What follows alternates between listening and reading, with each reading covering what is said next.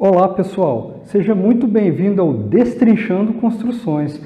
Aqui nós compartilhamos com vocês um pouco dos nossos conhecimentos e experiências em obras e técnicas construtivas para te ajudar em sua obra. Eu sou Caio Moreira e o tema de hoje é o paradoxo da construção.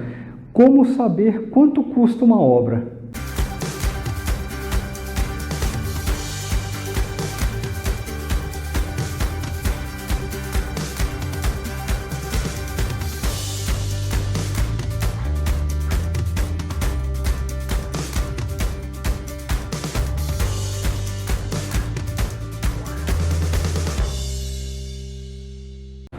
Olha, essa com certeza é a pergunta que mais me fazem e também a pergunta mais difícil de responder corretamente, porque depende de tantas variáveis que é melhor explicar primeiro antes de dar um valor, nem que seja de referência, e posso precisar da ajuda do meu amigo virtual durante as explicações.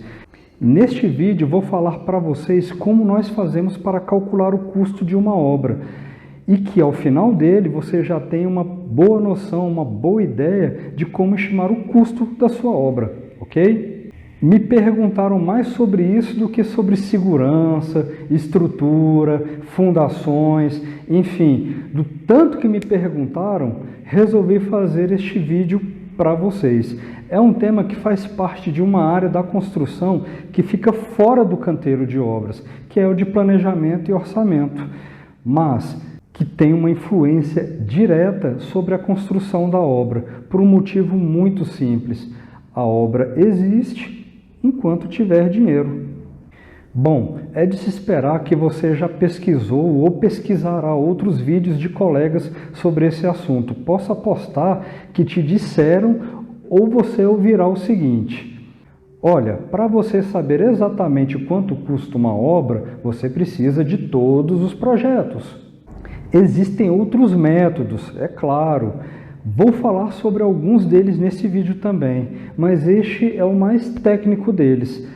A princípio, o que posso te dizer é que eles estão corretos sobre essa questão da necessidade dos projetos. Até porque isso é o que nos ensinam na faculdade de engenharia, de arquitetura, curso técnico e todas as outras áreas ligadas à construção, como a maneira mais eficaz de tentar prever o custo de uma obra. E vou repetir isso, que é muito importante: tentar prever. Lembre-se dessa colocação, porque vou falar sobre isso neste vídeo. Bom, aí a coisa complica um pouco, porque até o valor dos projetos depende do tamanho da obra. E é bem aí que entramos em um dilema meio complicado. É aquele paradoxo do Dark, só que na construção.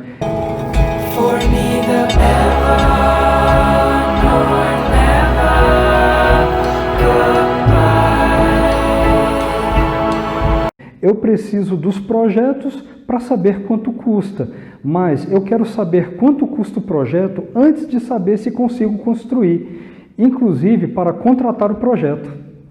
Você já se viu nessa encruzilhada antes?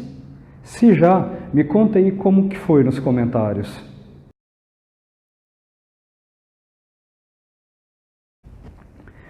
Pois é, lembro como se fosse hoje, quando fui eu que estava nessa situação. E eu já sabia que para fazer um orçamento eu precisava dos projetos. E eu estava indignado porque eu não tinha ideia de quanto custaria a obra. E eu também não tinha os projetos. Morria de medo do dinheiro acabar antes de acabar a obra. E como que eu vou encomendar projetos sem saber sequer, sem ter noção se o meu dinheiro vai dar? E isso dá meio que um nó na cabeça. E depois de o projeto pronto, como que eu ia descobrir se ele está ou não fora do meu alcance? Isso é quase como resolver aquele enigma: quem nasceu primeiro, se foi o ovo ou galinha, ou Jonas ou Uric, não sei. Eu vou te mostrar como isso funciona. Vamos supor que você já tenha seus projetos e quer saber quanto custa. No método mais comum, nós pegamos seu projeto e começamos por um processo chamado levantamento de quantitativos. Nessa etapa, calculamos a quantidade de serviços, como por exemplo, paredes, fundações, telhado, estrutura, instalações, etc. Existem algumas metodologias para fazer isso, que envolvem forma de contabilizar, e o próximo passo é que a contabilização destes serviços, mas que praticamente todos esses casos se baseiam em composições de custo unitário destes serviços. Guarde esse nome, porque você verá isso por muitas vezes enquanto estiver pesquisando sobre orçamentos. Mas afinal de contas, o que é essa composição de custo unitário? O raciocínio é até simples, mas chegar a um valor concreto, e nesse caso eu não me refiro ao concreto no sentido literal, tá? Requer muito estudo, experimento e verificação em campo. Vou usar de exemplo algo bem simples de entender. Funciona assim: imagine uma parede sem reboco que tem 1 metro de largura e 1 metro de altura. Essa parede tem 1 metro quadrado, certo? Agora, imagine tudo o que você precisa para fazer com que essa parede fique pronta. Olha só, você vai precisar de tijolos e argamassa para assentá-los. A argamassa é feita de mistura de cimento, cal e areia, e algumas vezes também aditivo. Só que para misturar esse material, você provavelmente vai precisar de uma betoneira, certo? Para fazer essa parede, você vai precisar de um serviço de um pedreiro para assentar os tijolos e de um ajudante para trazer os materiais que precisa. Colocando aí as quantidades, nós temos uma composição de custos unitários para uma parede de alvenaria de tijolos por unidade de medição, nesse caso, metro quadrado. Essa ideia é usada para todos os serviços dentro de um canteiro de obras. Por exemplo, a implantação desse canteiro, a execução de fundações de todos os tipos, de estruturas em concreto, estruturas metálicas, alvenarias e fechamentos, coberturas, impermeabilizações, reboco, piso, revestimentos, pintura, esquadrias e tudo mais que você possa imaginar dentro da obra.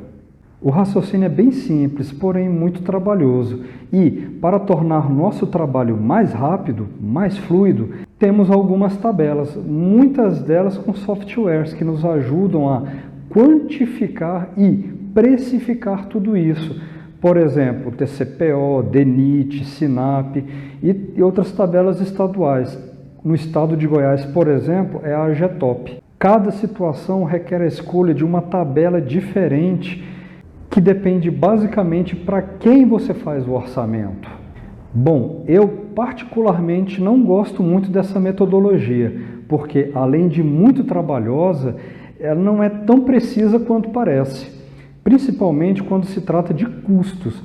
Lembra lá atrás, no vídeo, quando eu te disse sobre tentar? Pois é, eu considero tentar porque, para te falar bem a verdade, eu nunca vi ninguém indo à loja de materiais para pedir ao atendente 14,53 kg de cimento, 29,06 kg de cal e 54 litros de areia. É uma lógica baseada na premissa do consumo, que é quantos quilos de cimento preciso para fazer 1 metro quadrado de parede. Porém, materiais são comercializados em quantidades específicas que são relacionadas com a forma em que é embalada. Acaba que dentro da obra usamos a premissa do rendimento, que é quantos metros quadrados de parede conseguimos fazer com um saco de cimento, que tem 50 quilos. Existem outras coisas que poderia te dizer até de maneira mais aprofundada sobre essas distorções, mas não é esse o objetivo desse vídeo. Quero te mostrar como você faz para resolver o paradoxo da construção e ter uma boa ideia de quanto custa uma obra, não é? Outra forma de calcular quanto custa uma obra, de uma maneira mais simples, é usando índices que fornecem uma confiança boa, como, por exemplo, o CUB, Custo Unitário Básico, ou o INCC, que é o Índice Nacional da Construção Civil, por exemplo.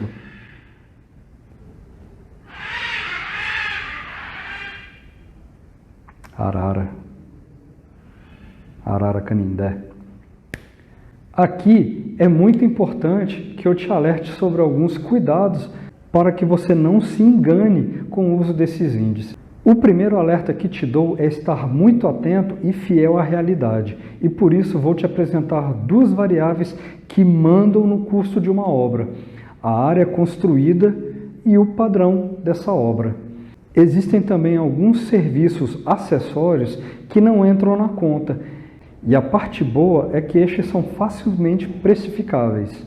A primeira que vou te falar, e também a mais importante, é com certeza a área construída. Aqui não tem rodeios, o papo é reto. Aqui eu me refiro sobre a quantidade de serviços em uma obra. Quanto mais área você constrói, mais caro fica, porque tudo gira em torno das medidas e das quantidades de materiais e serviços. Quanto mais serviços e materiais, maior é o custo da sua obra.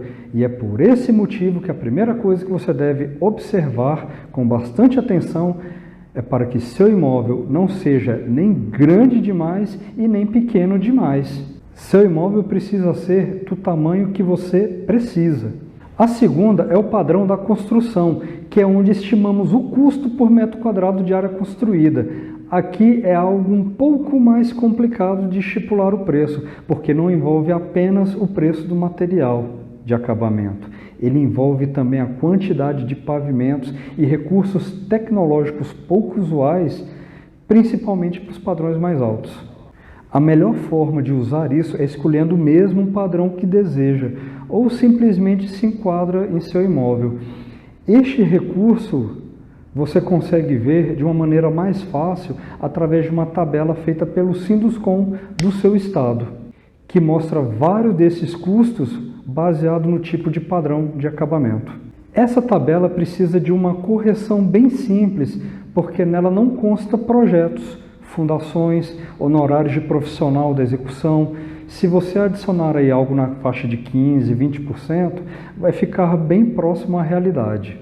Isso vai variar de estado para estado e conforme o nível de acabamento, o padrão de acabamento que você vai colocar no seu imóvel.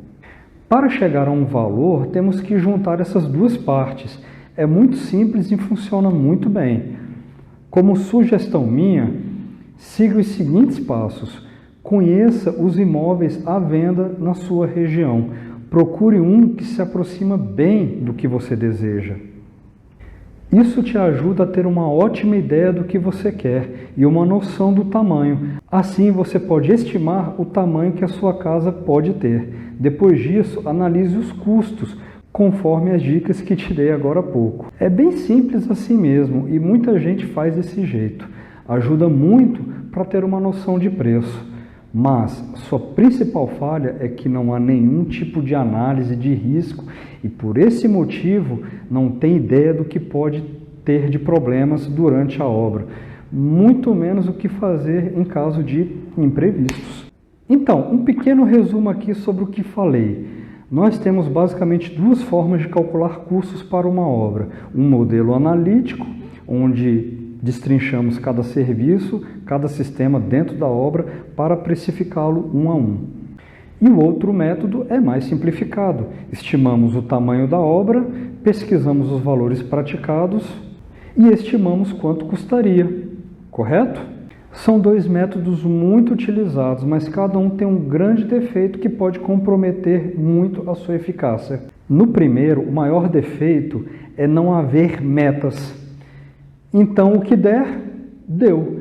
O segundo é não ter a rota. É como você partir de São Paulo para Fortaleza e tiver que escolher uma das duas opções. Você pega a primeira estrada que vê, estuda, entende por onde ela vai passar, mas não tem a menor ideia se essa é a melhor estrada ou se poderia encontrar um caminho mais curto.